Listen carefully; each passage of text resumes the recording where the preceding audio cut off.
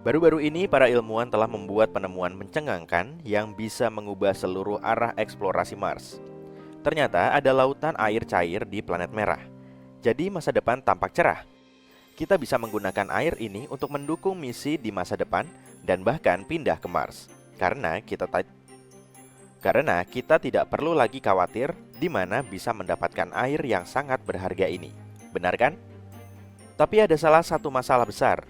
Lautan air cair ini ada di dalam Mars, sangat dalam sehingga kita tidak mungkin bisa sampai ke sana.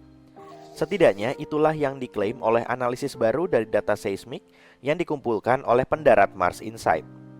Cadangan air dalam jumlah besar tampaknya merupakan penjelasan terbaik untuk beberapa keanehan seismik di planet merah.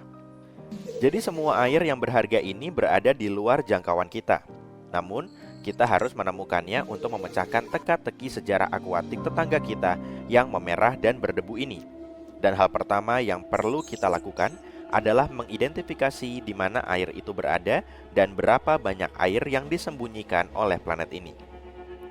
Navigation has confirmed that the parachute has deployed and we are seeing significant deceleration. Saat ini, para penjelajah kita sedang berlarian di permukaan planet merah, mengumpulkan semua data yang tersedia tentang geologi permukaan planet ini. Dan semakin jelaslah bahwa Mars dulunya pernah diselimuti air.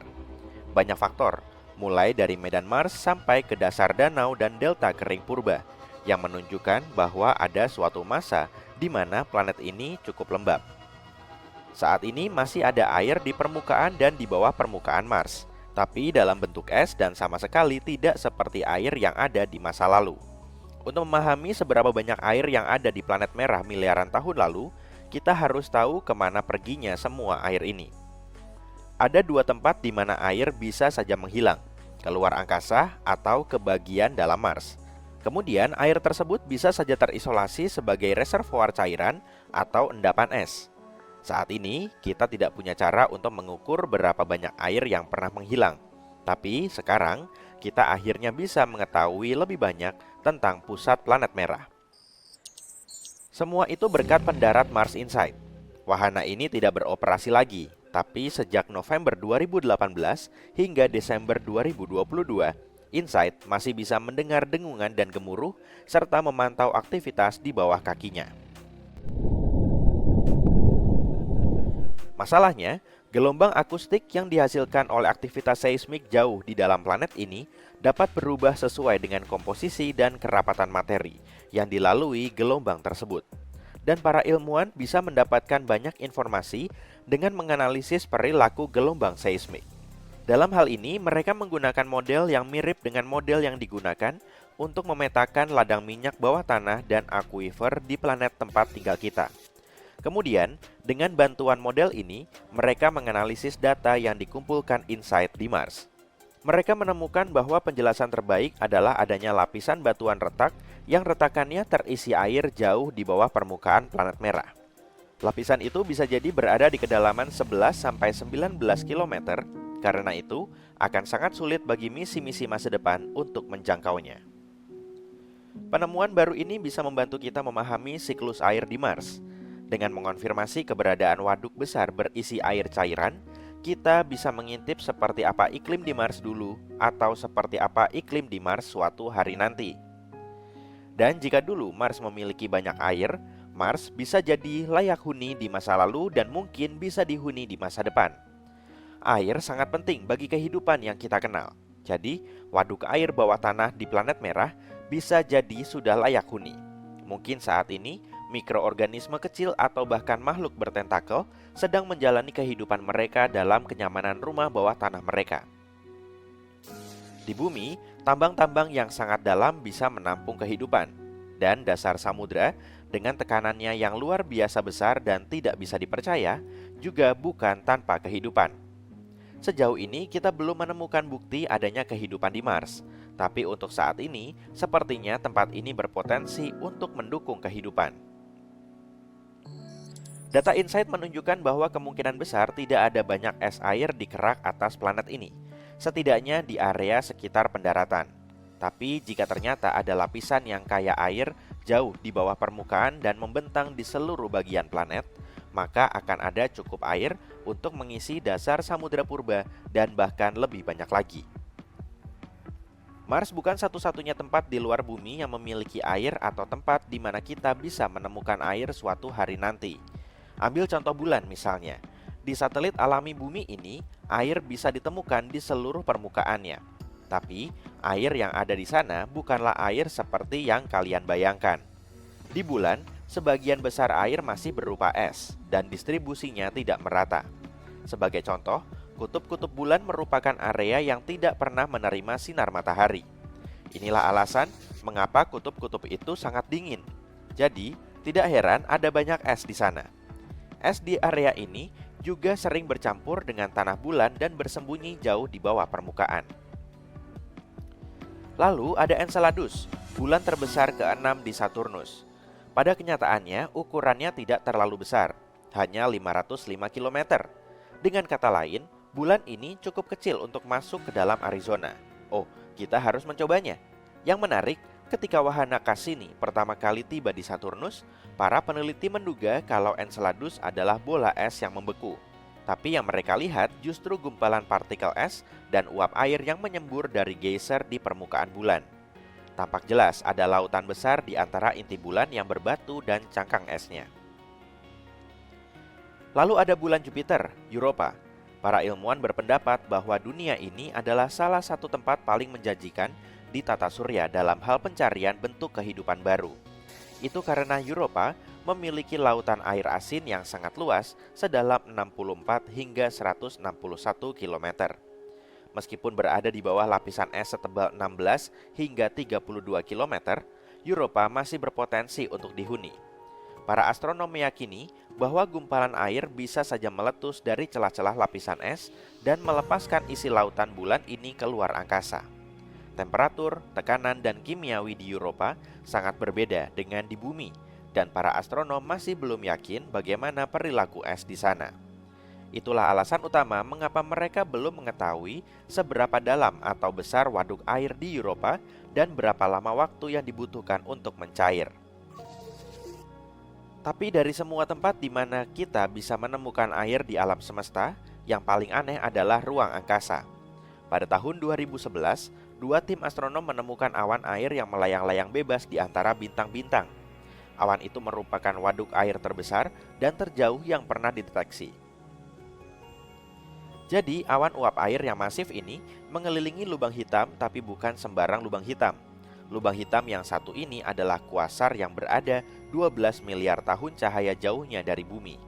Kondisi di sekeliling kuasar ini haruslah sangat istimewa untuk bisa menghasilkan air dalam jumlah yang sangat besar. Awan ini mengandung 140 triliun kali lipat volume seluruh air di bumi.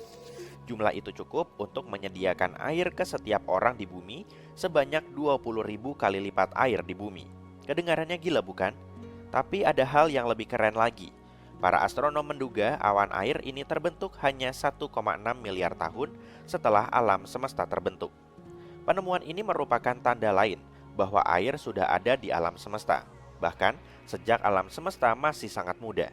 Tapi inilah yang menarik. Sebelum mereka menemukan ini, para ilmuwan belum pernah mendeteksi uap air sejauh ini. Tentu saja ada air di galaksi Bima Sakti, tapi sebagian besar air itu membeku dalam bentuk es. Penemuan ini benar-benar mendobrak batas-batas yang kita ketahui tentang air di alam semesta. Ada banyak sekali benda-benda aneh di Mars, sendok, mie, pintu, bahkan wajah. Apakah semua itu benar-benar hanya batu? Lagi pula Mars bukan satu-satunya planet di tata surya kita yang penuh dengan benda-benda misterius. Yuk kita lihat apa aja. Baru-baru ini kita menemukan benda aneh di Mars yang tampak seperti benda halus mirip sendok. Benda ini menarik perhatian semua orang setelah kendaraan penjelajah Curiosity milik NASA melihatnya. Batu dengan pegangan dan ujung yang membulat itu tampak seperti mengambang dalam foto yang diambil oleh rover. Orang-orang di internet bingung tentang benda apakah itu. Ada yang bercanda bahwa itu adalah pin bowling Mars atau bahkan sendok sepatu yang ditinggalkan oleh makhluk luar angkasa. Tapi Andrew Good dari NASA mengatakan bahwa itu tidak terlalu menarik. Ternyata itu hanyalah batu yang dibentuk oleh angin dalam waktu yang lama. Batuan dengan bentuk aneh seperti ini biasa ditemukan di Mars. Batuan-batuan itu disebut Vantivac. Vantivac adalah batu yang dapat tergores, penyok atau dihaluskan oleh partikel-partikel kecil yang terbawa angin. Kamu biasanya menemukan jenis batu ini di tempat kering yang tidak banyak rumput atau pepohonan yang menghalangi angin dan di tempat yang banyak pasir yang bertiup. Terkadang angin dapat mengukir batu-batu karang menjadi bentuk yang sangat keren seperti bebatuan jamur yang bisa kamu lihat di Taman Nasional Gurun Pasir Putih di Mesir. Bebatuan ini terlihat seperti jamur raksasa karena angin mengikis bagian bawahnya lebih cepat daripada bagian atasnya sehingga membuatnya berdiri tegak dan ramping. Vantivac bukan satu-satunya batuan Mars yang keren.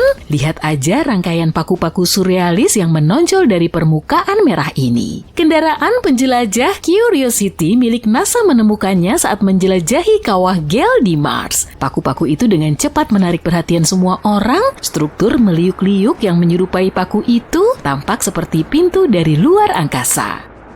Bahkan, SETI Institute, sebuah organisasi yang berfokus pada pencarian kehidupan di luar bumi, mengetweet tentang gambar tersebut dan menyebutnya sebagai batu yang keren. Tapi pada kenyataannya, ini hanyalah hoodoo. Puncak-puncak yang tinggi dan tipis ini terjadi ketika batuan keras berada di atas lapisan batuan yang lebih lunak. Paku-paku Mars kemungkinan besar merupakan tambalan semen dari retakan kuno di batuan sedimen dengan material yang lebih lunak karena terkikis dari waktu ke waktu.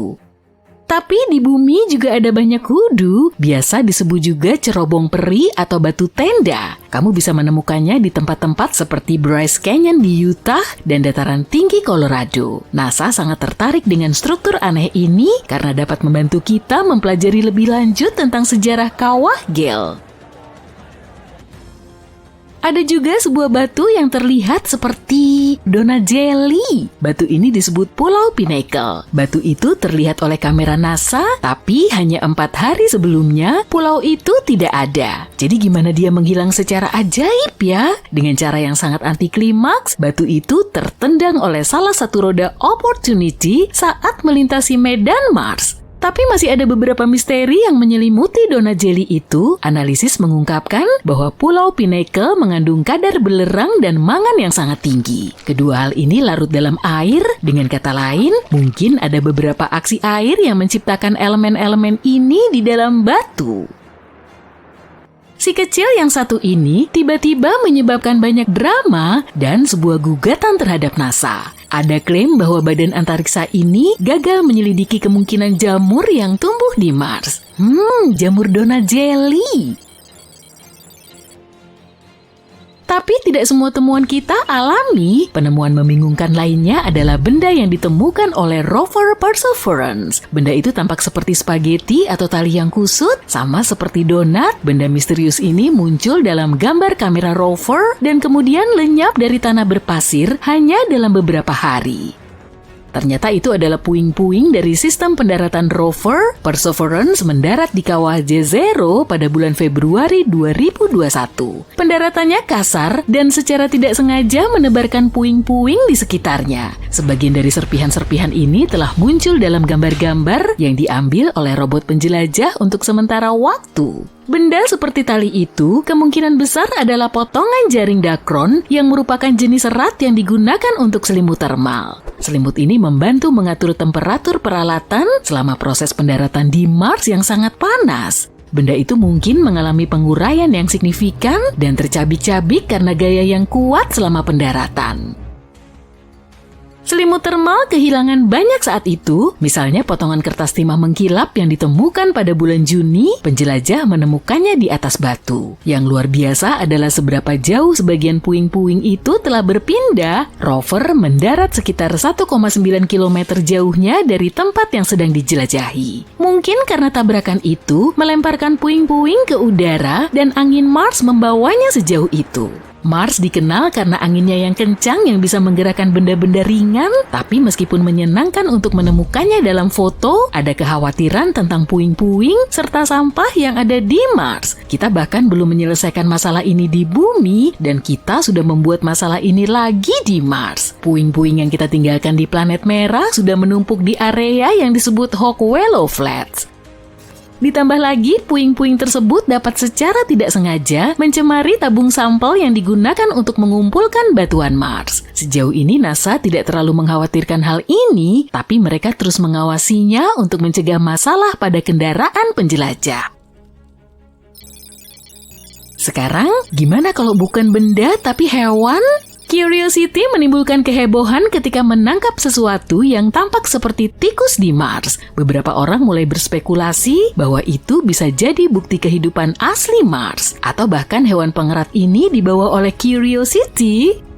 Tapi tikus Mars ini sekali lagi ternyata hanya sebuah batu yang aneh. Batuan ini terlihat menarik karena proses alami seperti erosi angin dan abrasi mekanis. Kami juga menemukan beberapa benda yang tampak seperti cacing. Curiosity memotret sebuah formasi yang tampak seperti cacing yang mengeliat di lanskap Mars. Meskipun ukurannya kecil, formasi ini menonjol dengan bentuknya yang unik dan teksturnya yang kasar. Mungkin formasi ini terbuat dari bahan yang tahan lama dan tahan terhadap erosi Mars yang keras. Dan akhirnya, temuan misterius teratas kita adalah wajah di Mars. Cydonia adalah sebuah wilayah di Mars yang telah menarik perhatian, baik secara ilmiah maupun populer. Cydonia terletak di belahan utara Mars. Wilayah ini berada di antara daerah berkawah di selatan dan daerah yang relatif datar di utara. Ada teori yang mengatakan bahwa dataran utara mungkin dulunya adalah dasar lautan, mungkin Cydonia dulunya merupakan daerah pesisir. Tempat ini penuh dengan fitur-fitur menarik dan indah yang memberitahu kita banyak hal tentang sejarah planet merah. Tapi fitur yang paling menarik adalah wajah Mars. Benda ini mendapatkan perhatian luas ketika dijepret oleh pengorbit Viking 1 pada tahun 1976.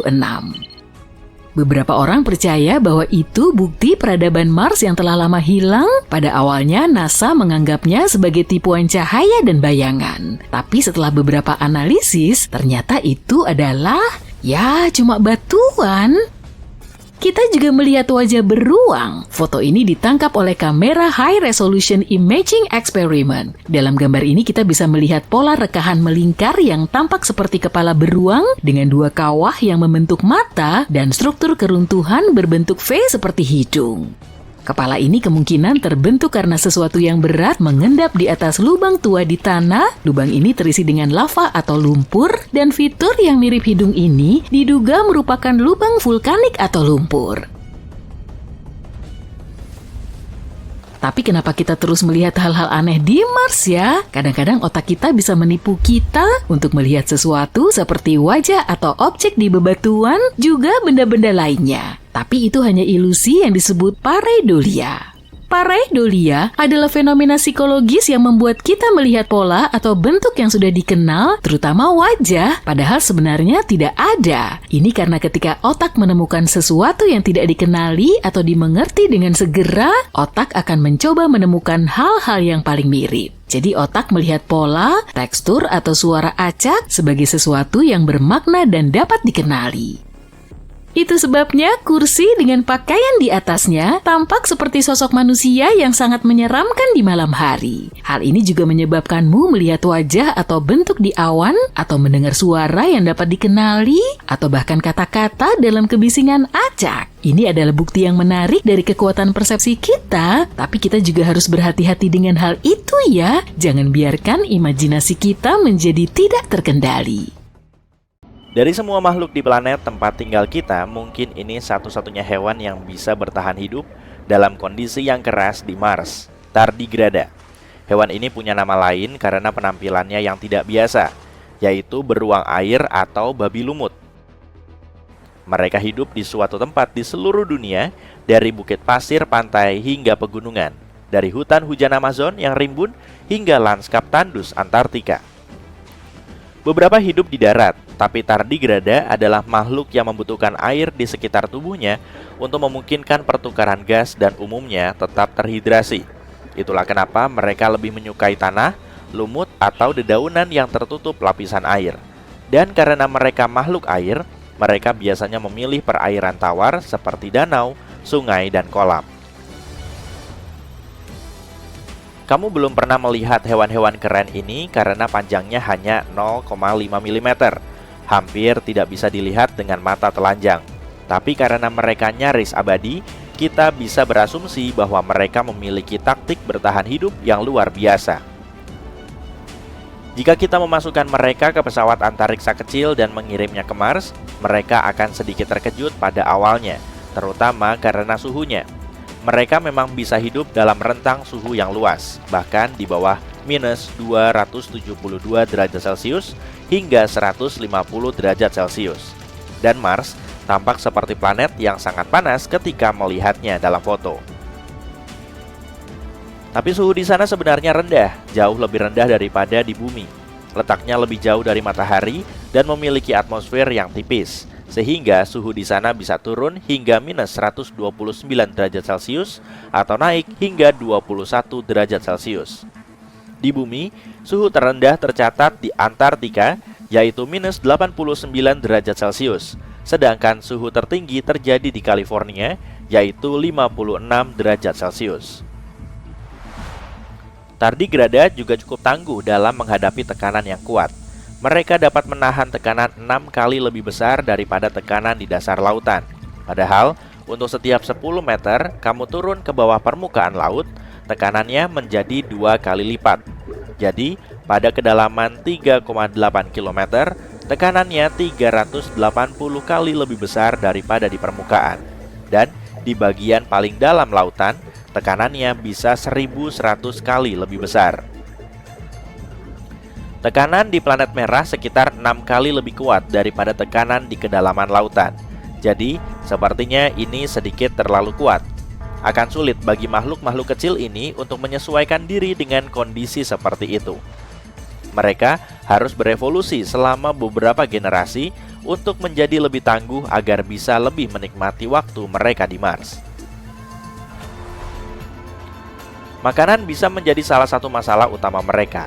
Tardigrada kebanyakan memakan tanaman seperti lumut, ganggang, atau tanaman berbunga, dan mereka senang memakannya bersama bakteri. Beberapa lainnya adalah karnivora yang memakan tardigrada lebih kecil atau organisme mikroskopis lainnya. Mereka tidak akan menemukan makanan seperti ini di Mars, jadi kita harus mengisi pesawat antariksa dengan banyak makanan yang bisa mereka masukkan ke dalam mulutnya yang berbentuk tabung. Sekarang kita sampai pada bagian rumitnya, yaitu air. Saat ini planet merah adalah gurun pasir yang kering dan berdebu. Tapi, lihatlah semua tepian sungai dan delta yang mengering itu. Air pasti pernah mengalir di permukaannya di masa lalu. Sulit untuk memahami kemana semua itu mengalir. Tapi, sangat mungkin sebagian besar air purba itu terperangkap di dalam mineral di kerak planet.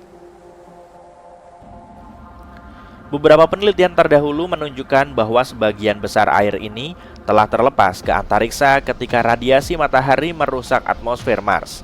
Tapi sebuah penelitian baru menunjukkan hanya sedikit air yang lolos, sehingga sebagian besarnya masih ada di sana, tersembunyi dan menunggu kita untuk menemukannya. Selain itu, beberapa tahun lalu para peneliti menemukan tanda-tanda mineral terhidrasi di lereng planet merah, di mana mereka melihat garis-garis gelap misterius yang tampak mengalir. Hal ini biasanya terjadi selama musim panas karena garis-garis tersebut memudar ketika cuaca menjadi lebih dingin. Aliran yang menuruni lereng bisa jadi merupakan bukti adanya air dalam bentuk cair di Mars. Para ilmuwan juga telah menemukan mineral yang mendukung pendapat ini. Mineral-mineral ini bisa menurunkan titik beku air seperti halnya garam di jalan yang membeku. Karena itu, para ilmuwan menduga ada aliran air asin dangkal di bawah tanah yang menyebabkan garis-garis ini. Tardigrada mungkin memiliki insting yang sangat baik, mengingat mereka bisa bertahan hidup dalam kondisi paling sulit sekalipun. Jadi, mereka mungkin akan menemukan air di Mars jauh sebelum kita. Tapi, kalaupun butuh waktu, mereka masih punya taktik untuk bertahan hidup untuk sementara waktu. Jika makhluk ini kehilangan 99% kandungan airnya, ia bisa bertahan hidup dengan menghentikan sebagian besar fungsi vitalnya. Ia mampu bertahan dalam kondisi seperti itu selama beberapa tahun. Tardigrada dapat menyerap benturan yang sangat kuat yang dapat dengan mudah menghancurkan hewan lain, termasuk kita. Mereka mampu bertahan dari tingkat radiasi sangat tinggi yang bisa menghancurkan manusia. Dan kalaupun kita berhasil mengirim tardigrada ke Mars, itu bukanlah perjalanan pertama mereka keluar angkasa.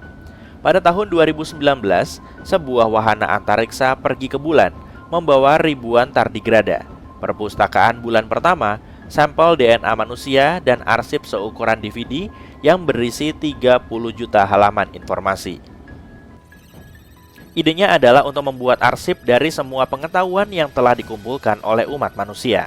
Namun, beberapa detik sebelum wahana antariksa ini mendarat, pengendali misi kehilangan kontak dengannya, dan wahana ini menabrak permukaan bulan. Tim bertanya-tanya, apa yang akan terjadi dengan kargo wahana ini? Setelah melalui berbagai diskusi dan analisis, mereka menduga kalau perpustakaan itu selamat, dan yang lebih gila lagi, mungkin tardigrada juga selamat. Mereka berada dalam kondisi dehidrasi, semacam tertidur, sehingga mengerut menjadi bola-bola kecil. Mereka menurunkan metabolisme dan mengeluarkan sebagian besar air dari tubuh mereka, menunggu lingkungan yang lebih baik di mana mereka bisa menjadi diri mereka yang terbaik sekali lagi. Makhluk-makhluk ini dapat bertahan seperti ini selama beberapa dekade dalam kondisi yang sangat keras. Dan ini bukanlah tur keluar angkasa yang pertama kali dilakukan oleh tardigrada.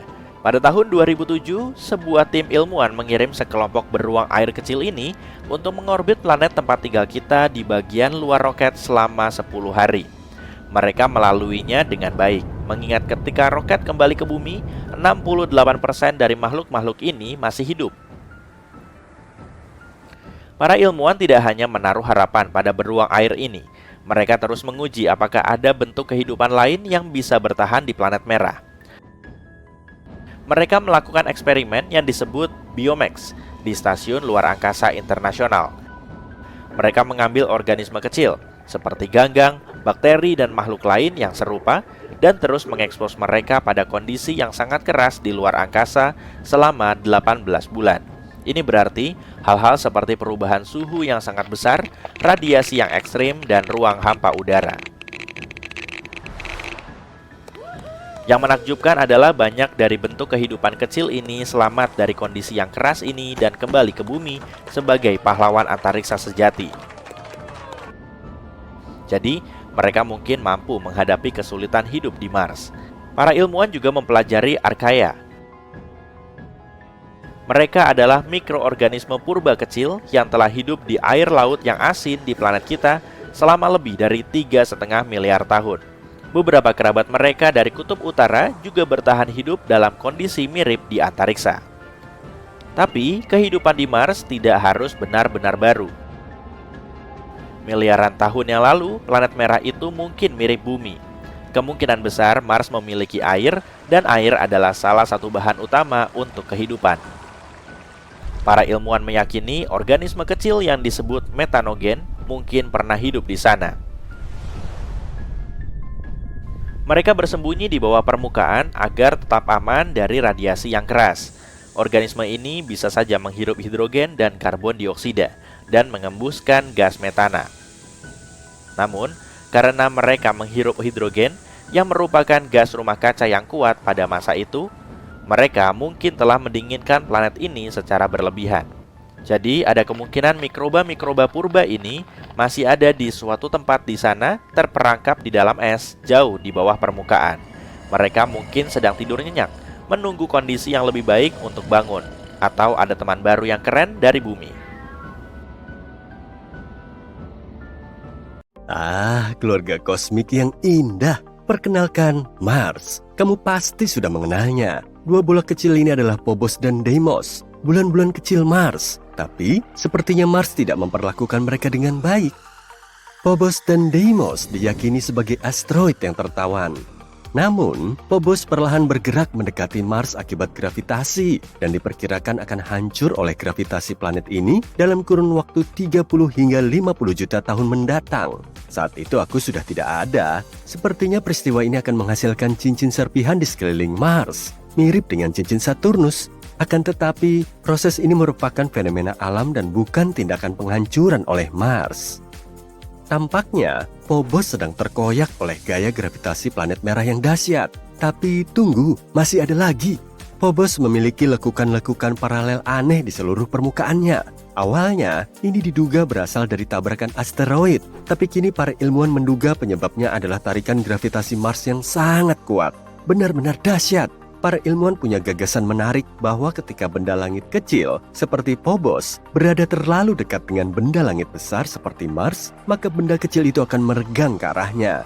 Mereka menyebutnya gaya pasang surut. Phobos diprediksi akan meregang sedemikian rupa hingga ia akan terbelah. Luar biasa kan? Puing-puing dari bulan itu akan membentuk cincin kecil di sekeliling Mars, seperti cincin Saturnus. Sebelumnya, sebagian orang mengira garis-garis loreng di Phobos disebabkan oleh gaya pasang surut, tapi teori itu dipatahkan karena bulan ini terlalu empuk. Tapi sekarang, para peneliti jenius ini melakukan simulasi komputer dan menemukan bahwa kemungkinan ada cangkang keras di bawahnya yang bisa menciptakan lekukan-lekukan di permukaannya. Tapi jangan khawatir, dengan kecepatan yang dimiliki Phobos, ia akan menabrak Mars sekitar 40 juta tahun lagi. Tapi jika gaya pasang surut sudah mengoyaknya, mungkin ia tidak akan bertahan selama itu. Namun kita masih punya kesempatan untuk mempelajari Phobos lebih jauh. NASA baru saja memilih 10 peneliti hebat dari seluruh Amerika Serikat untuk bergabung dengan tim kerja sains dalam misi Martian Moon Exploration JAXA atau yang disingkat MMX. Sebagai ilmuwan yang didukung NASA, mereka akan membantu JAXA menjelajahi 2 bulan Mars, Phobos dan Deimos. Mereka bahkan berencana mendarat di Phobos dan mengambil sampel permukaannya. Misi ini akan diluncurkan pada tahun 2024 dan kita akan mendapatkan sampelnya pada tahun 2029. 7 peneliti yang beruntung akan menggunakan instrumen penerbangan MMX untuk melakukan penelitian. Phobos adalah bulan yang sangat aneh. Diameternya hanya 27 km dan mengorbit Mars pada jarak 6.000 km tepatnya. Jaraknya jauh lebih dekat daripada bulan milik bumi yang membutuhkan 27 hari untuk mengorbit bumi. Tapi Phobos berada dalam spiral kematian menuju Mars dan perlahan jatuh ke permukaan planet ini dengan kecepatan 1,8 meter setiap 100 tahun. Tapi pasti ada alasan kenapa Mars bertindak sekejam itu, bukan? Bagaimana kalau itu semua hanya karena dendam? Oke, bayangkan ini. Mars sedang asik sendiri, panas dan penuh air seperti bumi yang masih muda. Mars memiliki medan magnet yang melindunginya dari radiasi kosmik dan menjaga atmosfernya tetap tebal. Semuanya berjalan baik. Tapi kemudian, setidaknya 20 asteroid masing-masing seukuran negara kecil menghantam Mars dengan sangat keras. Salah satunya bahkan meninggalkan kawah yang lebarnya hampir 3.200 km. Bayangkan bagaimana perasaan Mars yang memiliki 2 asteroid sebagai bulannya setelah apa yang dilakukan asteroid lain terhadap si planet merah ini. Seluruh tumbukan ini seperti pukulan telak ke perut Mars, dan medan magnetnya yang sudah lemah menjadi lumpuh. Inti Mars menjadi sangat panas dan tidak bisa bersirkulasi dengan baik, sehingga tidak ada lagi medan magnet yang melindungi planet ini. Ini seperti kita tidak mengenakan apa-apa di kedalaman Palung Mariana. Kalaupun bisa, kamu tidak akan berdaya, dan kedinginan itulah yang terjadi pada Mars. Jadi, Mars yang malang itu kini kedinginan, tidak terlindung dari sinar-sinar kosmik yang berbahaya. Ini seperti pergi keluar rumah tanpa tabir surya, bukan ide yang bagus. Tapi setidaknya kita bisa belajar dari kesalahan Mars dan memastikan bumi tidak bernasib sama. Mungkin kita harus mulai berinvestasi pada asuransi asteroid. Tapi percayalah, planet merah ini sama sekali tidak jahat. Dia cukup bersahabat. Meskipun Mars tampak cukup keras terhadap Phobos, ada sesuatu yang bisa berkembang dengan bantuan Mars. Jadi begini, sebuah tim ilmuwan menemukan cara untuk menanam padi di Mars. Ya, kalian tidak salah dengar. Mereka menggunakan MMS, bukan cara kuno untuk mengirim gambar, tapi tanah khusus yang disebut Mojave Mars Simulant. Tanah ini dibuat menyerupai tanah Mars. Menariknya, tanah Mars mengandung garam perklorat yang bisa menjadi racun bagi tanaman. Jadi, tim menumbuhkan 3 jenis padi, 1 padi biasa dan 2 padi yang sudah mengalami rekayasa genetika dengan mutasi yang membuatnya lebih mampu menghadapi stres seperti kekeringan atau salinitas. Dan coba tebak, jenis mutan tersebut mampu tumbuh di tanah yang mengandung 1 garam perklorat per kilogram. Catat itu tanah Mars. Tapi tunggu dulu, padi yang ditanam di MMS tidak sebaik yang ditanam di tanah pot biasa. Jadi, tim memutuskan untuk mencampur 1/4 tanah pot dengan simulan Mars. Dan lihatlah hasilnya, tanaman-tanaman itu mulai tumbuh lebih baik. Para ilmuwan tidak hanya berpikir soal memberi makan orang Mars. Mereka juga ingin melihat apakah temuannya bisa bantu menumbuhkan tanaman di tempat-tempat di bumi yang memiliki kadar garam tinggi. Dan ketahuilah, proyek ini dimulai ketika 2 peneliti bertemu untuk minum kopi dan memutuskan untuk mencoba menanam tanaman bersama. Wah, menarik sekali ya. Kamu mungkin akan berkata, "Hei, tapi kalau ingin menanam padi di Mars, kita harus mengirim air dalam jumlah sangat banyak dari bumi, karena tidak mudah untuk memuaskan dahaga tanaman ini." Kalian benar, diperlukan sekitar 1.700 liter air untuk menghasilkan 450 gram beras. Tapi tahukah kamu, para ilmuwan baru saja membuat pengumuman penting dalam Lunar and Planetary Science Conference di Texas. Mereka menemukan gletser peninggalan di dekat khatulistiwa Mars. Benar, ada es di Mars. Bahkan di dekat ekuator. Ini berita besar dan bisa berarti ada lebih banyak es di bawah permukaan Mars. Bukan sembarang gletser, tapi gletser peninggalan yang panjangnya diperkirakan 6 km dan lebarnya mencapai 4 km. Itu setara sebuah kota kecil. Kawasan ini memiliki semua fitur gletser, termasuk celah gletser dan kumpulan moraine. Tapi ini bukan es, melainkan endapan garam yang terbentuk di atas gletser dan tetap mempertahankan bentuknya. Lalu bagaimana endapan garam ini terbentuk? Rupanya material vulkanik yang menyelimuti wilayah tersebut mungkin ada hubungannya dengan itu. Ketika unsur-unsur ini bersentuhan dengan es cair, garam sulfat bisa terbentuk dan terakumulasi menjadi lapisan kerak yang keras. Seiring waktu, erosi menghilangkan material vulkanik, mengekspos sulfat, dan menampakkan fitur unik gletser. Gletser ini masih muda, kemungkinan berasal dari periode geologi Amazon. Artinya, Mars pernah memiliki es di permukaannya belum lama ini. Entah rahasia es apa lagi yang disembunyikan Mars. Tapi tunggu dulu, masih banyak penelitian yang harus dilakukan. Para ilmuwan perlu mencari tahu apakah masih ada es cair yang tersimpan di bawah endapan garam atau sudah lenyap seluruhnya. Dan jika masih ada es cair di titik-titik dangkal di dekat ekuator, itu bisa berdampak besar bagi penjelajahan manusia. Bayangkan jika kita bisa mengekstrak air dari dalam tanah di lokasi yang lebih hangat. Itu akan memberi perubahan besar. Jadi, mari kita lihat apa lagi yang ditemukan para ilmuwan ini terkait si tetangga merah kesayangan kita. Mungkin suatu hari nanti kita akan bisa mengunjungi gletser garam itu secara langsung. Sampai jumpa lagi. NASA dan China masing-masing berencana untuk mengirim manusia ke Mars. Kedua badan antariksa ini memiliki rencana sementara untuk meluncurkan misi berawak pertama pada tahun 2033, tepat ketika Mars dan Bumi sedang giat-giatnya saling sapa. Dan bukan hanya itu, misi-misi lainnya mungkin akan dilakukan pada tahun 2035, 2037, dan seterusnya. Tujuan utamanya adalah membangun habitat Mars untuk eksplorasi dan penelitian di masa depan. Jadi, bagaimana mereka akan melakukannya? Mari kita cari tahu. Bepergian ke Mars tidak semudah naik roket. Jarak antara planet-planet kita bisa berubah banyak seiring waktu, mulai dari sekitar 57 juta kilometer hingga 400 juta kilometer. Dan bahkan dengan teknologi terbaik kita, dibutuhkan waktu 6-9 bulan untuk sampai ke planet merah. Jadi, perjalanan pulang pergi ke Mars bisa berarti menghabiskan waktu 3 tahun jauhnya dari bumi, belum lagi harus berhadapan dengan radiasi ekstra dan melayang-layang dalam gravitasi mikro. Namun, Jet Propulsion Laboratory NASA punya kabar gembira.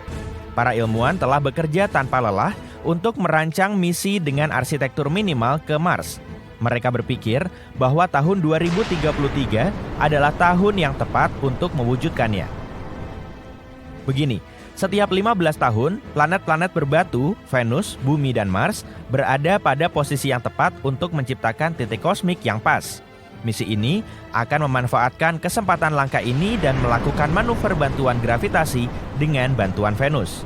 Jadi, kayak dapat dorongan dari ketapel planet gitu. Kita akan mempercepat laju wahana antariksa kita dan mengurangi kebutuhan untuk membuat tenaga pendorong sendiri. Laporan ini juga membahas tentang beberapa ide yang sangat keren, seperti menggunakan tenaga nuklir untuk mesin pesawat ruang angkasa dan menggunakan sumber daya Mars untuk membuat sesuatu. Teknologi-teknologi ini bisa membuat perjalanan ke luar angkasa lebih cepat, melindungi astronot dari radiasi, dan mempermudah kehidupan di luar angkasa. Bahkan, teknologi-teknologi ini bisa memungkinkan kita untuk membuat sumber daya dan bahan bakar di Mars. Jadi, beginilah rencananya. Pertama, kita akan meluncurkan wahana antariksa menuju Mars. Wahana ini akan menghabiskan waktu sekitar 30 hari di orbit tinggi, menjelajahi dan mengumpulkan data yang berharga. Kemudian, wahana ini akan kembali ke bumi dan mampir ke Venus untuk melakukan kunjungan singkat. Jadi, seluruh petualangan ini akan berlangsung sekitar 570 hari atau hanya 1,6 tahun. Dan petualangan yang lebih singkat berarti lebih sedikit paparan radiasi. Perlu diingat, misi ini akan berfokus pada mengorbit Mars dan bukan mendarat di permukaannya. Ini hanyalah batu loncatan yang membuka jalan untuk misi pendaratan di masa depan. Sama seperti misi Apollo 8 yang mengorbit bulan sebelum pendaratan bersejarah Apollo 11. Pendaratan di Mars pada tahun 2033 mungkin terlalu ambisius karena keterbatasan dana, tapi siapa yang tahu? Kalau semuanya berjalan lancar, itu mungkin bisa menjadi kenyataan. Nah, bagian yang paling kerennya, kita tidak membutuhkan teknologi atau kendaraan baru yang mewah untuk melakukan semua ini. Kita akan memanfaatkan teknologi yang sudah ada, yang sudah diproduksi atau sedang dipelajari untuk program bulan Artemis. Mari kita uraikan wahana misi Mars kita, yakni teka-teki besar yang terdiri dari banyak bagian. Dan coba tebak, wahana ini dibuat oleh komunitas penggemar ruang angkasa pada tahun 2017. Benar, bukan para ilmuwan yang membuatnya pertama kali. Tapi sekarang, ini bukan hanya ide yang fantastis lagi. Sebagian besar dari benda-benda ini sudah menjadi kenyataan, dibuat atau direncanakan oleh NASA. Jadi, mari kita lihat konsep ini. Pertama, kita memiliki pesawat ruang angkasa Orion. Ini adalah pesawat luar angkasa yang akan membawa para kru ke orbit di sekitar bumi dan membawa mereka kembali pulang dengan selamat. Ini seperti taksi luar angkasa yang super mewah. Dan mungkin ini adalah taksi paling kuat yang pernah ada. Taksi ini dikombinasikan dengan 3 tahap pendorong yang kuat. Dan kita juga menggunakan bahan bakar khusus yang tidak perlu suhu sangat dingin seperti di film-film. Selanjutnya ada tahap keberangkatan ke bumi. Ini adalah bagian penting dari misi kita ini. Tahap ini membantu kita membuat dorongan kuat yang akan mengirim kita menuju Mars. Lalu ada habitat transit Mars. Disinilah para kru akan tinggal dan bercengkrama selama perjalanan mereka ke Mars. Seperti rumah antariksa yang ramah dengan semua hal yang mereka butuhkan untuk merasa nyaman. Dan terakhir, tahap penyisipan orbit Mars. Saat kita mencapai Mars, benda luar biasa ini akan membantu kita melambat dan memasuki orbitnya dengan mulus. Ini adalah ahli manuver kita. Bahkan, habitat transit Mars sedang dikembangkan dan mungkin akan diuji coba dalam beberapa tahun ke depan. Artinya, kita sudah berada di jalur yang tepat untuk menyiapkan semuanya untuk misi Mars yang luar biasa di tahun 2033. Dengan kata lain, kita bekerja dengan apa yang kita miliki dan akan mewujudkannya. Sekarang, mari kita bahas jadwal rencana tersebut. Pertengahan 2028, aksi dimulai. Pertama, kita harus melakukan beberapa uji coba penerbangan.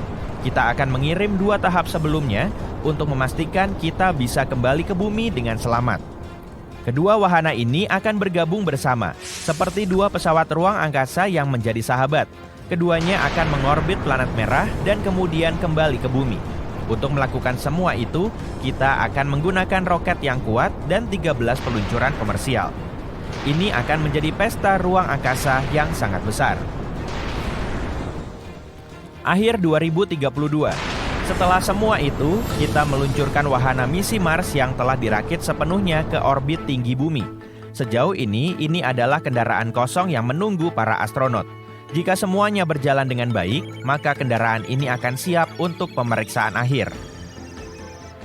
Maret 2033, saatnya kru pemberani kita dan wahana antariksa Orion bergabung dalam pesta ini. Kita luncurkan mereka, lalu mereka merapat ke wahana misi Mars di orbit bumi. Mereka akan memastikan semuanya sudah siap sebelum kita berangkat ke Mars. Fleksibilitas itu penting, jadi kita bisa menyesuaikan rencana kita jika diperlukan. April 2033, semua orang siap untuk berpetualang. Mesin yang kuat dinyalakan, dorongan besar yang mengirim kita menuju Mars. Awak akan melakukan perjalanan selama sekitar 200 hari. November 2033, akhirnya para kru mencapai planet merah. Setelah berada di orbit Mars, mereka akan menghabiskan waktu sekitar 30 hari untuk menjelajah dan melakukan hal-hal luar angkasa yang mengagumkan. Mars akan menjadi taman bermain kita. Ketika tiba waktunya untuk kembali pulang, mereka akan mengucapkan selamat tinggal pada wahana yang telah membantu mereka mencapai orbit Mars. Kemudian, kendaraan mereka akan bertemu dengan 2 wahana yang kita kirimkan sebelumnya. Ingat kan? Dan setelah itu dibutuhkan waktu sekitar 340 hari bagi para kru untuk kembali ke bumi. Disinilah kita akan menggunakan gravitasi Venus untuk meluncur mengelilingi matahari. Untuk menjaga peralatan dan kru pada suhu yang tepat, kita akan memiliki perisai matahari yang akan melindungi dari panas matahari, karena kita akan berada sangat dekat dengannya. Pada akhirnya, Orion akan masuk kembali ke atmosfer bumi dan jatuh ke air. Sungguh akhir yang heroik. Dan ini baru permulaan.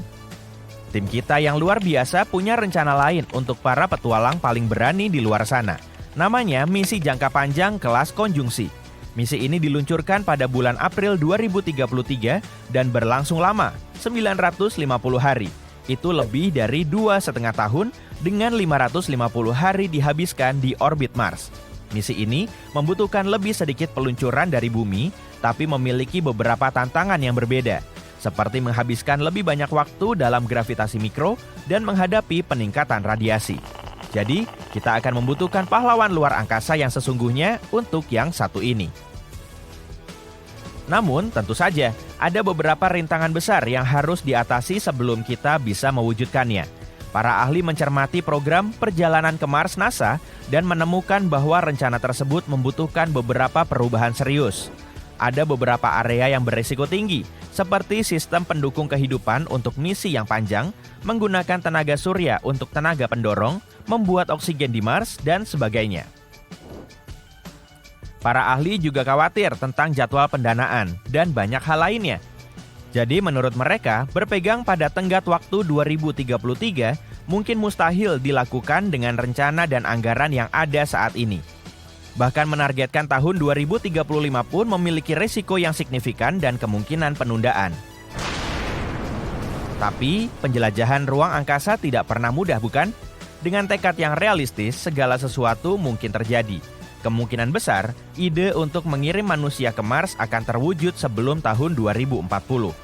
NASA sedang berusaha menyelesaikan rencana dan detail untuk mewujudkannya.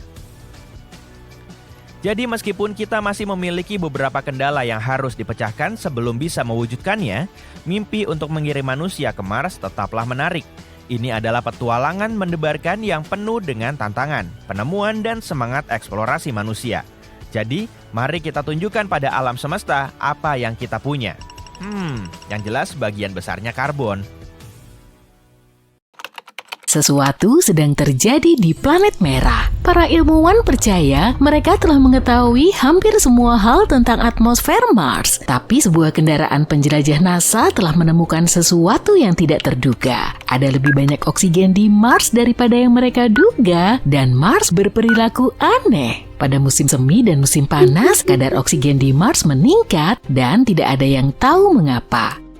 Nah, kalian mungkin berpikir kalau ada oksigen di atmosfer itu karena ada kehidupan di sekitarnya, seperti pepohonan di bumi yang menghasilkan oksigen melalui fotosintesis. Tapi di Mars tidak sesederhana itu. Proses-proses yang tidak hidup juga bisa menghasilkan oksigen, jadi kita tidak bisa mengatakan kehadiran oksigen berarti ada kehidupan di Mars. Mars telah lama menjadi salah satu kandidat utama untuk mencari tanda-tanda kehidupan di luar bumi. Pada tahun 90-an, para ilmuwan mengumumkan mereka telah menemukan bukti potensial adanya kehidupan di Mars karena mikroba yang mereka temukan di sebuah meteorit yang datang dari planet merah. Sepertinya mereka telah menemukan fosil bakteri, mereka menemukan kristal-kristal kecil magnetit di dalam meteorit yang mereka yakini hanya bisa diproduksi oleh organisme hidup. Itu adalah penemuan yang sangat mencengangkan. Orang-orang sangat gembira, tapi banyak juga yang skeptis. Hal itu tidak membuktikan memang ada kehidupan di planet merah. Mungkinkah ada kehidupan di sana di masa lalu? Meteorit ini diperkirakan terbentuk di Mars miliaran tahun lalu dan mendarat di bumi ribuan tahun lalu. Para skeptis segera mulai membongkar bukti-bukti yang ada dan akhirnya menemukan beberapa hal yang tidak masuk akal. Misalnya, kristal magnetit ini tidak ada yang bisa memastikan bagaimana mereka terbentuk. Kenapa harus bakteri? Beberapa penelitian menunjukkan mereka bisa jadi merupakan hasil dari gelombang kejut. Baru-baru ini, penjelajah Perseverance telah mengumpulkan beberapa sampel batuan baru dari kawah Z0 di Mars. Teori mengatakan sekitar 3 miliar tahun lalu, sebelum planet merah kehilangan sebagian besar atmosfernya dan pada dasarnya mengering, ada danau besar dengan sungai yang mengalir di area tersebut. Wah, sungguh lingkungan yang luar biasa untuk kehidupan. Perseverance mempelajari sampel lumpur yang ditemukannya di dasar danau air asin yang menguap. Para ilmuwan takjub melihat jumlah molekul sulfat yang sangat banyak, sesuatu yang biasanya kita temukan di cangkang moluska di planet kita. Organisme semacam itu berevolusi beberapa ratus juta tahun yang lalu, tapi mungkinkah ada suatu masa ketika nenek moyang mereka tinggal di perairan Mars? Mars memiliki gravitasi yang lebih lemah dari bumi, yang berarti spesies aneh ini bisa saja menjadi sangat besar di sana, jauh lebih besar dari sepupu mereka di bumi. Gravitasi memainkan peran penting dalam membatasi ukuran organisme. Organisme yang lebih besar membutuhkan lebih banyak energi untuk bergerak melawan gaya gravitasi. Tapi, makhluk-makhluk yang mungkin pernah hidup di sana di masa lalu hanyalah campuran hipotesis dan imajinasi kita, sesuatu yang masih sulit dibuktikan.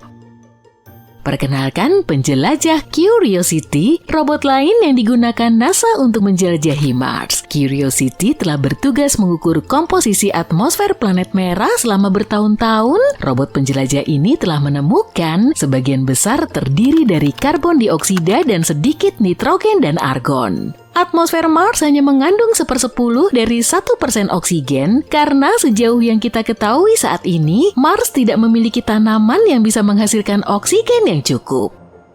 Tapi, Curiosity juga menemukan anomali yang tidak dapat dijelaskan oleh siapapun. Curiosity menemukan adanya lonjakan kadar oksigen di kawah Gale selama musim semi dan musim panas di Mars. Setiap tahun kadar oksigen di sana naik dan turun dengan pola yang tidak dapat diprediksi. Yang lebih menarik lagi, lonjakan oksigen mirip dengan lonjakan musiman metana yang merupakan gas yang sering kita kaitkan dengan kehidupan di bumi. Tak heran para ilmuwan kebingungan dan bertanya-tanya apakah ada hubungan antara kedua gas tersebut dan apakah keduanya berasal dari sumber yang sama di permukaan Mars? Apakah ada sesuatu yang besar dan bernapas di sana? Ayolah, kami akan senang meski ada cacing-cacing kecil di dalam tanah. Ada sejenis garam yang disebut perklorat di tanah Mars. Beberapa ilmuwan percaya perklorat mungkin bertanggung jawab atas lonjakan kadar oksigen yang aneh. Tapi seperti kebanyakan hal yang kita ketahui tentang ruang angkasa, ini hanyalah teori. Selain itu, para ilmuwan juga menduga perklorat yang terurai di tanah Mars melepaskan oksigen terlalu lambat untuk menyebabkan dan menjelaskan peningkatan kadar oksigen secara tiba-tiba. Salah satu yang dicurigai adalah hidrogen peroksida yang merupakan sepupu air yang tidak stabil. Hidrogen peroksida terbentuk ketika sinar matahari memecah karbon dioksida dan uap air di atmosfer Mars. Hidrogen peroksida dapat meresap ke dalam tanah dan menempel pada partikel-partikel di bawah tanah yang berarti membentuk semacam tangki penyimpanan oksigen. Beberapa data bahkan menunjukkan adanya kantong-kantong air di bawah permukaan di tanah Mars yang mungkin menyembunyikan cukup banyak oksigen terlarut untuk mendukung kehidupan. Tapi bahkan jika hidrogen peroksida dapat bertahan di dalam tanah selama jutaan tahun, hal ini hanya akan menjelaskan sebagian kecil dari peningkatan kadar oksigen. Jadi kamu nggak bisa menyalahkannya atas segala hal. Kita juga bisa melihat eksperimen lama dari tahun 1970-an, di mana para ilmuwan menemukan bahwa membasahi tanah Mars menyebabkan tanah itu melepaskan banyak oksigen. Tapi mereka melakukan percobaan ini pada suhu yang lebih hangat daripada suhu rata-rata planet ini. Dan sekali lagi, hal ini tidak menjelaskan kenapa lonjakan oksigen terus terjadi setiap tahun. Tidak satu pun dari petunjuk yang kita miliki yang sesuai dengan kasus ini. Mars mungkin tidak memiliki cukup oksigen, tapi bisa saja menciptakan gas ini di sana. NASA melakukan eksperimen kecil-kecilan di mana mereka mencoba dan berhasil membuat oksigen di Mars. MOXIE adalah alat yang bisa membuat oksigen di Mars. Alat ini berhasil menghasilkan oksigen yang cukup untuk astronot bernapas selama 100 menit. Alat yang luar biasa ini bekerja dalam kondisi yang cukup sulit di malam atau siang hari, pada suhu yang ekstrim dan saat badai debu yang sangat dahsyat di planet merah. Terlepas dari semua itu, MOXIE tetap mampu menghasilkan oksigen dengan kemurnian tinggi. MOXIE adalah perangkat pintar yang dapat membuat oksigen di Mars dengan mengambil karbon dioksida dari atmosfer planet dan memanaskannya hingga suhu yang sangat tinggi. Hal ini memungkinkan alat ini menarik atom oksigen dari karbon dioksida dan menghasilkan gas oksigen yang bisa dihirup. Kalau kita ingin menggunakan MOXIE untuk menghasilkan oksigen yang cukup untuk misi manusia ke Mars, kita perlu membuat versi yang lebih besar dari perangkat ini. Tapi, jika kita membuatnya lebih besar, kita mungkin akan mengalami kesulitan untuk menjaganya tetap pada suhu yang tepat dan memastikannya memanas secara merata tanpa pecah. Tujuan akhirnya adalah membuat perangkat oksigen yang bisa terus mendukung misi manusia selama sekitar 400 hari. Dengan versi MOXIE yang lebih besar, kita akan memiliki cukup oksigen untuk mendukung para awak dan bahkan mendorong roket kembali ke planet asal kita. Ketika kalian melihat permukaan Mars yang merah berdebu, kalian tidak bisa mengatakan kalau Mars adalah tempat menyembunyikan air dalam wujud cair di bawahnya. Ada yang bilang Mars terlalu dingin untuk bisa memiliki air, tapi ada juga yang mengatakan di sana mungkin ada dunia air yang tersembunyi seperti danau subglasial di Antartika. Untuk mengetahuinya, kita mungkin harus mengebor sekitar 1,6 di bawah permukaan. Sayangnya hal itu tidak akan terjadi dalam waktu dekat.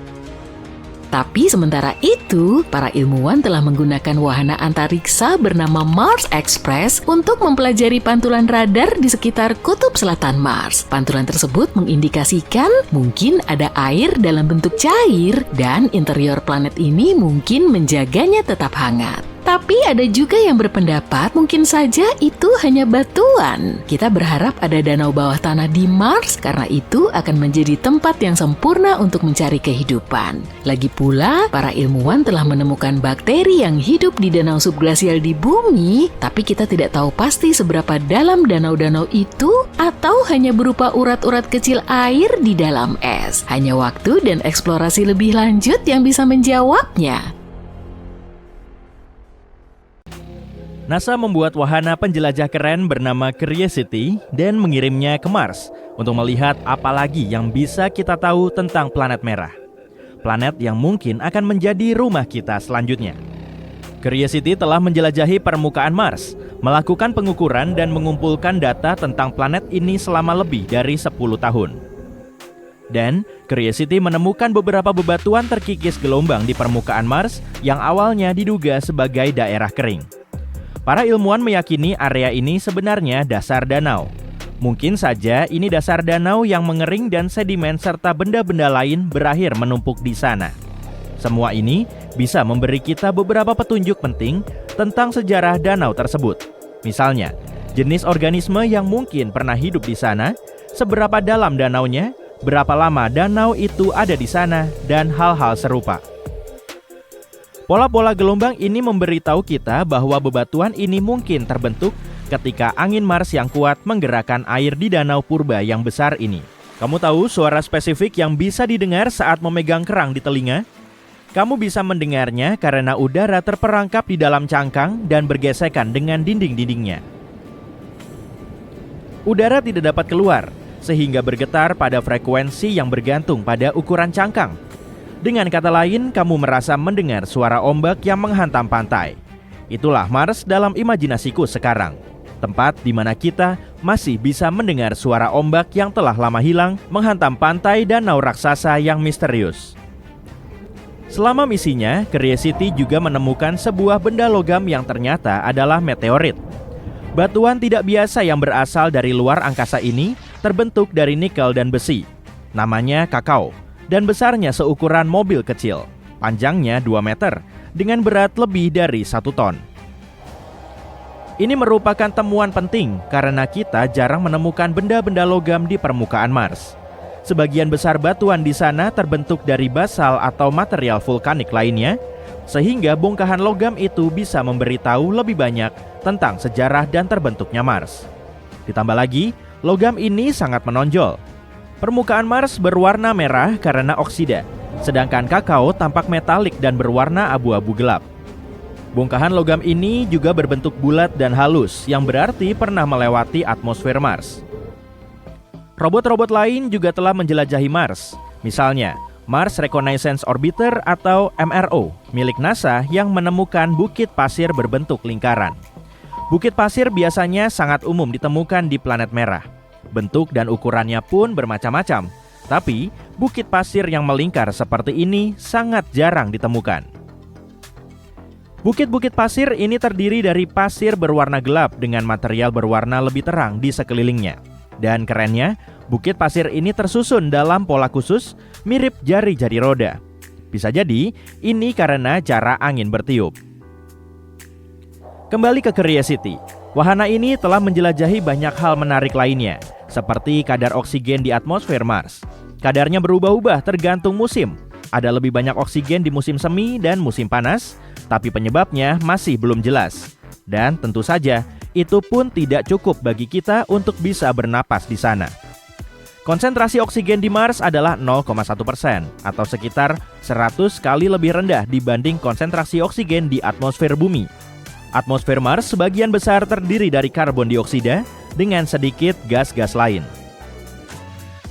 Curiosity begitu canggih hingga bisa menganalisis usia batuan yang ditemukannya. Tampaknya, batuan-batuan itu jauh lebih tua dari yang kita duga sebelumnya. Beberapa di antaranya berusia lebih dari 3 miliar tahun. Curiosity juga menemukan molekul organik dalam sampel tanah. Molekul-molekul ini pada dasarnya adalah bahan penyusun kehidupan. Ini tidak langsung membuktikan adanya kehidupan di Mars, tapi menunjukkan kemungkinan adanya kehidupan di Mars di masa lalu. Curiosity menemukan kemungkinan bukti adanya waduk besar air dalam wujud cair di bawah lapisan es di Kutub Selatan, yang mungkin sangat asin dan penuh dengan berbagai mineral.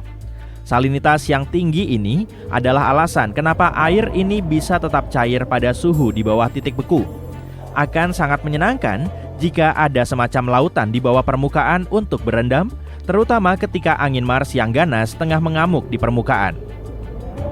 Dan akan sangat menyenangkan jika ada sesuatu yang dapat melindungi kita dari tingkat radiasi yang sangat tinggi di planet merah. Ada beberapa bahan kimia dan garam yang cukup beracun di tanah Mars, yang bisa sangat buruk bagi manusia. Astronot berpotensi terpapar bahan kimia beracun ini, baik melalui kontak langsung dengan tanah atau dengan menghirup debu yang mengandung garam-garam ini. Selain itu, zat-zat ini juga bisa menjadi masalah untuk menumbuhkan tanaman. Ini penemuan yang sangat penting untuk misi jangka panjang ke Mars, karena para astronot harus bisa menanam makanan mereka sendiri agar bisa bertahan hidup di sana. Hal lain yang mendukung gagasan adanya kehidupan di Mars adalah penemuan metana di sana. Metana merupakan temuan yang sangat penting karena biasanya organisme hidup menghasilkan gas ini. Jadi, dari mana asalnya kalau bukan dari mereka? Pada kenyataannya ada beberapa penjelasan yang mungkin untuk itu. Salah satunya adalah aktivitas geologi dari waduk bawah tanah. Gagasan lainnya adalah meteorit membawa metana ke planet merah. Yang menarik adalah kadar metana lebih tinggi di area tertentu. Jadi, ya, entah apa pendapatmu, tapi aku masih berpegang pada teori bahwa metana itu berasal dari organisme hidup. Ada kemungkinan bahwa gunung berapi di Mars masih aktif. Kita tahu ada banyak gunung berapi yang sudah punah di planet merah, tapi kita tidak pernah menemukan bukti yang cukup untuk membuktikan kalau sebagian gunung berapi itu masih hidup. Para ilmuwan mempelajari endapan vulkanik dan menemukan bahwa beberapa gunung berapi mungkin meletus sekitar 50.000 tahun lalu.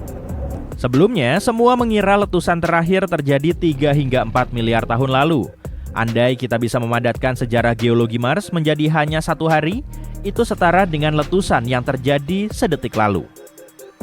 Jadi, kita tidak akan pernah tahu, mungkin masih ada magma yang menggelegak diam-diam di bawah permukaan Mars. Generasi masa depan yang mungkin akan membangun kehidupan mereka di sana bisa bersenang-senang. Mars berubah menjadi tempat yang dingin dan tandus, sehingga tidak bisa mendukung kehidupan seiring berjalannya waktu. Dan salah satu penyebab utamanya adalah hilangnya atmosfer. Planet merah dulunya memiliki atmosfer yang jauh lebih tebal, mirip dengan atmosfer bumi. Salah satu alasan utamanya adalah medan magnetnya yang relatif lemah.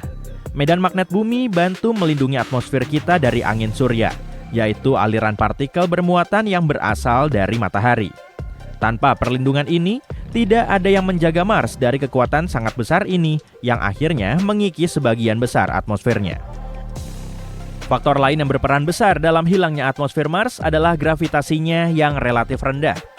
Karena gravitasi Mars lebih lemah daripada bumi, molekul gas lebih mudah lepas ke ruang angkasa. Jadi, Mars mungkin dulunya lebih mirip dengan planet tempat tinggal kita. Tapi dengan atmosfernya yang tipis saat ini, Mars tidak bisa menyimpan panas, sehingga membuatnya sangat dingin dan sangat sulit untuk dijelajahi. Tapi, mungkin lebih baik bagi kita untuk tidak mengunjungi planet merah di masa lalu. Ada cerita tentang banjir besar purba yang mungkin pernah terjadi di sana. Jadi, planet merah mungkin dulunya tempat yang lebih basah dan lebih ramah dibanding sekarang, dengan sungai-sungai yang mengalir indah dan danau-danau menakjubkan, kolam-kolam dan perairan lainnya. Dan beberapa penelitian menunjukkan bukti adanya kanal-kanal besar yang terukir di permukaan planet. Kanal-kanal ini jauh lebih besar daripada yang pernah kita temukan di planet ini. Ini menyeratkan bahwa banjir besar terjadi miliaran tahun yang lalu. Mungkin banjir besar itu terjadi karena berbagai faktor, seperti aktivitas vulkanik, pencairan es, dan pelepasan karbon dioksida dari kerak planet. Banjir tersebut mungkin juga menciptakan beberapa genangan air sementara. Semoga saja ini akan menjadi petunjuk yang lebih menarik untuk menemukan jejak kehidupan mikroba. Bagaimana menurutmu?